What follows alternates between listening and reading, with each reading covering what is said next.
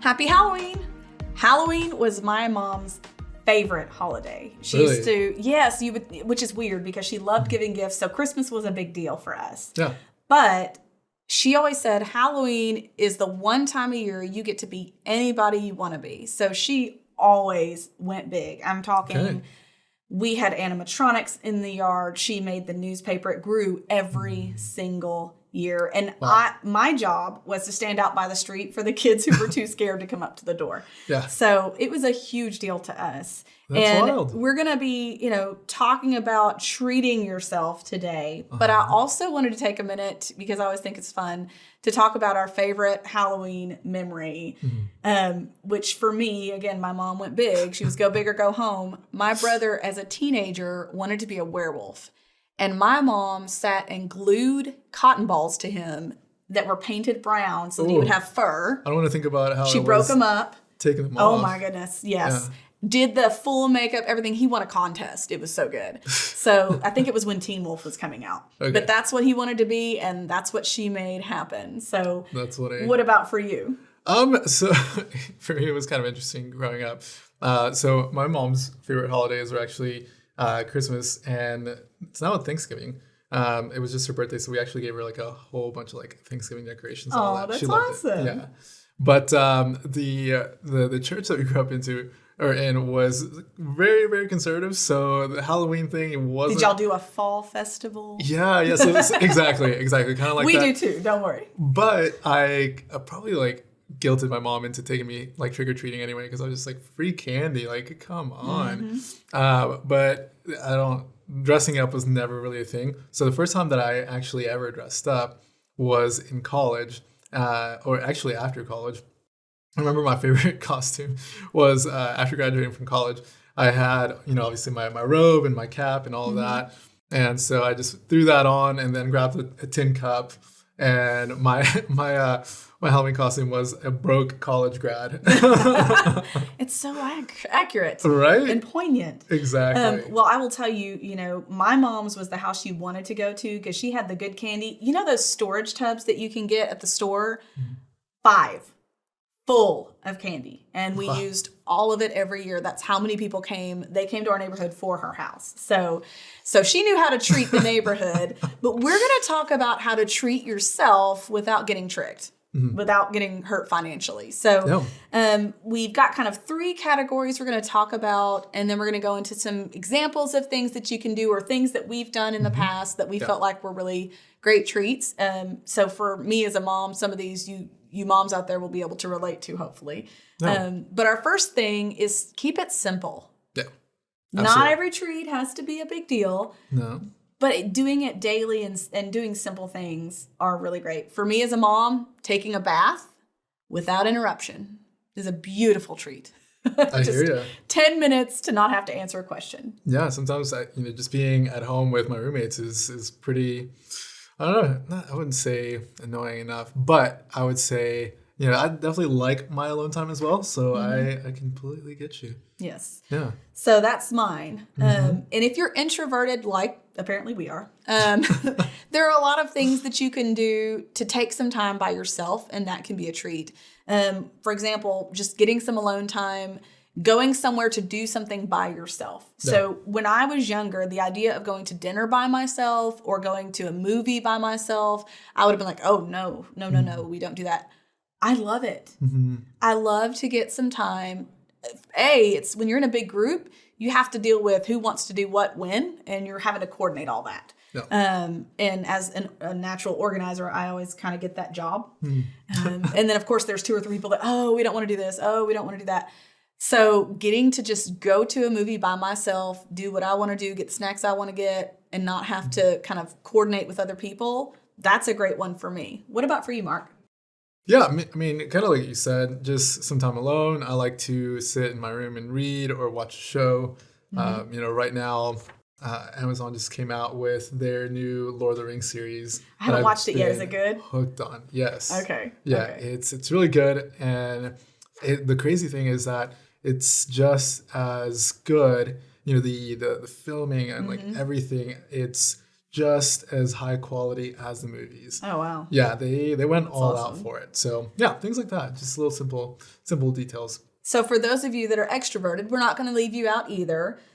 Go get some coffee with a friend. Coffee, yes, it's not cheap, but it can be very cost-effective night out. If you just go to a coffee place, grab some coffee, and just chit-chat and hang out.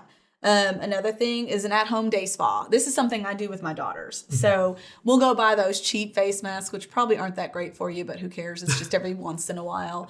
We'll do manicures and pedicures because we have an unrealistic number of nail polishes with having as many girls as I do. People give it as gifts. And so we'll do a at-home spa day. It's a little bit cheaper than if you go somewhere to do it. Yeah, it's such a great idea. And then we talked in a previous episode a long time ago about having like a get together at your own house and having everybody bring something. So like a potluck. So you're not footing the bill for all the food. Yes. And you're getting to have people maybe play some board games, do something like that. So there's a way to treat yourself if you're extroverted and you like having a lot of people around you. Another thing a lot of people don't know is movies can be checked out from a lot of libraries. So if you're wanting to watch a movie that maybe you can't access through your normal platforms and you don't want to go to the theater, your library probably has some titles that maybe you've never seen or you haven't even known existed. Yeah, and if you've got people over, chances are somebody's got a subscription to something. So somebody can log in on your TV or smart device, whatever it is, and catch whatever But don't is available. discount the oldies. I just found out my children have never seen Lethal Weapon or the Die Hard series, and that is getting corrected really soon now that they're teenagers. Yeah. Oh, yeah. And the other thing, too, is taking a personal day. I do this from time to time. I'll take just a personal day, and I just do my favorite things. So I might go for a hike. I might go, I'll usually on those days I'll eat at home. I'll do a little bit of cleaning so I can feel good about myself, about having gotten something done. Yeah. Because I need that. I'm that kind of person. But it's not something that has to be expensive. I don't have to go, I've gotten massages before, but it's not something huge. But just getting to have freedom in my day from time to time, since I have a lot of responsibility, is really wonderful to have. Yeah, no, okay, so taking a hike, that's a lot more like my territory. That's our next category is take it outside. Yes, just being outside. Love just going on walks. That's probably something that is on my list of just must for every single week. Just going outside, at least for a walk, enjoying the weather right now. We're kind of at the last little bit of summer, I feel like. Oh, it was so beautiful, and then it died, and it was 6,000 degrees outside again. So I'm hoping we're back out of that soon. Yes, yeah. So, I've been talking to some friends about, going camping and going rock climbing outside, and we're going mountain biking and all of the great fall activities here in Arkansas. There's just so much to do. Arkansas is just the perfect place to really be able to adventure and go kayaking. There's so many streams and lakes and all of those great things. So I love doing that. My friends will sometimes, have just activities outside as far as like picnics. Yes. And that kind of thing. So, yeah. Yes. And my husband found this site on Instagram. I think it's called Arky Travels or something like that. And they'll post videos of different places they've traveled within the state. So what we've started doing is when we have an odd day where we don't have soccer on a weekend, that's our thing. We get up early, we go find one of these waterfalls, and it's so fun. Yeah. Many of them are pretty dry right now, but they still have beautiful scenery and places you can hike. I mean, you're right. In the state of Arkansas, there's 1,000 things you can do and different places you can go that don't cost anything but the gas money to get there. So that's a great one. We talked in another episode about endorphins and how retail therapy isn't therapy. One of the interesting things it said is window shopping raises your endorphins. So you could go out and do some window shopping, leave your cards at home so that you don't spend the money if you don't have it. Find somewhere to watch a sunset or a sunrise. There's down by the bridge where they have the one that's lit up. Oh, yeah. There's some beautiful places you can stop. Thank you. Yeah. There's some beautiful places you can stop and just watch the sunrise or sunset. I've done that many times. Yeah. Go climb Pinnacle. I mean, yeah, you'll get good of both there, sunrise or sunset. And then going for a long drive. Now, that one is kind of depends on your finances because gas is not cheap right now. But just getting away from your norm for a few minutes to recharge. Yeah, I was going to say, if you're kind of dangerous shopper, meaning like kind of maybe on borderline shopaholic, maybe going window shopping isn't the best thing. Yes. I know that if I just go to the it store, hard? I mean, I can always find something that I want or that I need, right? And so that's most of the time why I avoid just, going to shopping places, because it's like, Well, I don't maybe need the key anything. would be to go to a shop you don't normally shop at, so that it's not as likely that you'll find something. Who knows? And then our last thing is plan ahead. The first two categories we talked about, these are things that wouldn't be considered huge splurges of any sort. Mm-hmm. But if what you want to splurge on is more expensive, like maybe you want to go on a beach vacation, then just plan ahead for it. Make sure it's part of the budget so that when the time comes, you've got the funds to do it. No. And this is where that fun budget comes into play, right? So meaning whenever you're going through your monthly expenses and allocating your dollars, make sure that you are also allocating some money for the fun things that you want to enjoy, right? Because once you get to that point where you can treat yourself to something a little nicer, whether it be a vacation or just something new that you saw while you were window shopping that one time, right? Then you'll have those funds there available for you. And even if you put back $10 per pay period into savings and said, that's going to be my fun money. With, if you're paid twice a month, then you've basically got $20 a month. So after 12 months, you've got $240 that you could spend on something. That's just $10. All of us have a little wiggle room for something that we could make work. And as we always say, automate that if you decide to do that. Have it gone straight from your paycheck to that savings account. And you won't even realize it's missing and get to go do something fun for yourself. Maybe you go get a massage, whatever it is. If you want to splurge, we're all for that. Just make sure you've got the funds to do it first. Yeah. And I like what you said about just anticipation releasing those endorphins, right? So a lot of times we think that instant gratification is the best way to get that feeling.